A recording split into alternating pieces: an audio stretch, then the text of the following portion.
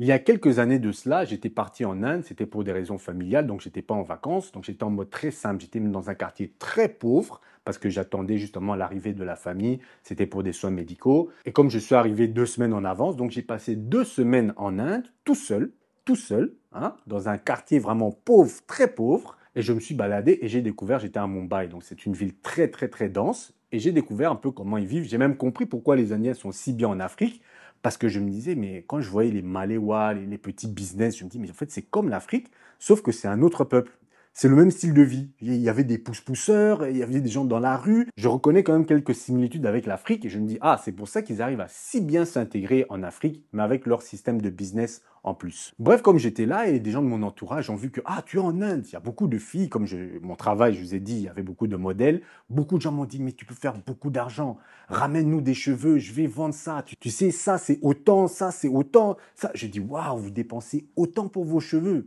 Je me dis, bon, il y a peut-être un coup à se faire, hein. Je vais mettre un peu mes idées de panafricain là sur le côté.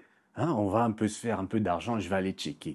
Je cherche, je ne trouve pas. Je ne trouve pas de magasin qui vend des cheveux. Je ne fais que chercher. Je demande déjà que leur anglais là, c'est pas si simple. On croit que tous les Indiens ils parlent anglais. Ah non, hein, je peux vous dire que c'est des personnes, ils aiment leur pays, ils aiment leur langue, ils aiment leur culture. C'est très difficile de trouver quelqu'un qui parle anglais. Et quand tu trouves quelqu'un qui parle anglais, l'accent est très difficile à comprendre. Donc j'essaye, je demande, personne ne sait rien à propos des cheveux. Je me dis, mais on est quand même en Inde. Quand je suis en Europe, quand je suis en Afrique, tout le monde parle de ces cheveux qui viennent de l'Inde. Alors pourquoi? Je cherche sur Internet, je trouve une entreprise qui vend. Je regarde les prix très lisses, très beaux. Je dis, waouh, c'est magnifique. J'envoie les prix aux gens qui me disent, oh non, en tout cas, il y a une grosse marge qu'on peut se faire. Je me dis, bon, surtout que je dépense beaucoup pour ce voyage, que je suis venu en catastrophe.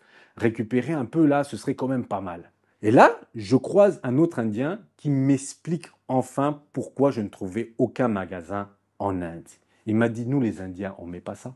Et j'ai dit, mais pourquoi vous ne mettez pas ça? Il a dit, non, on ne met pas ça. Tous les cheveux que tu vois là, c'est pour l'exportation. Donc, ceux que tu dois trouver, ce sont les usines qui font l'exportation.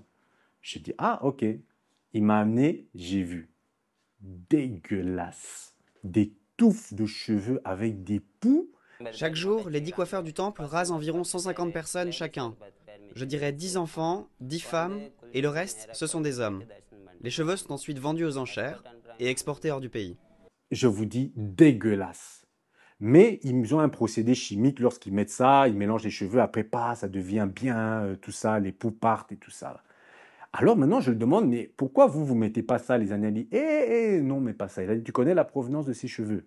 Il a dit, c'est mélangé. Il a dit, quand tu as de la chance, les cheveux viennent d'une famille qui est pauvre, ils ont laissé pousser leurs cheveux pour avoir de l'argent, ils coupent, et puis là, ils donnent leurs cheveux, ils vendent leurs cheveux. Il a dit, ça, c'est le meilleur des cas.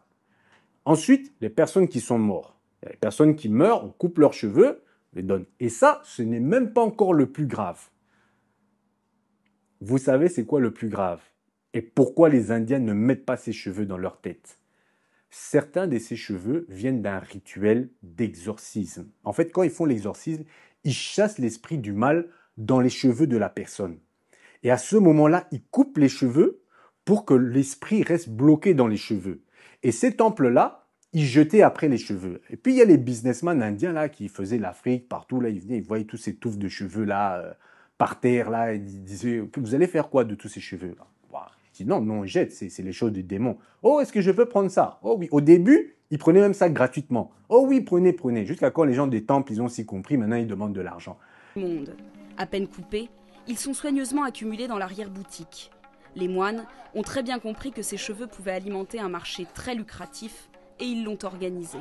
Et ces personnes prenaient ces cheveux-là à jeter, envoyés en Afrique, avec le démon dans les cheveux.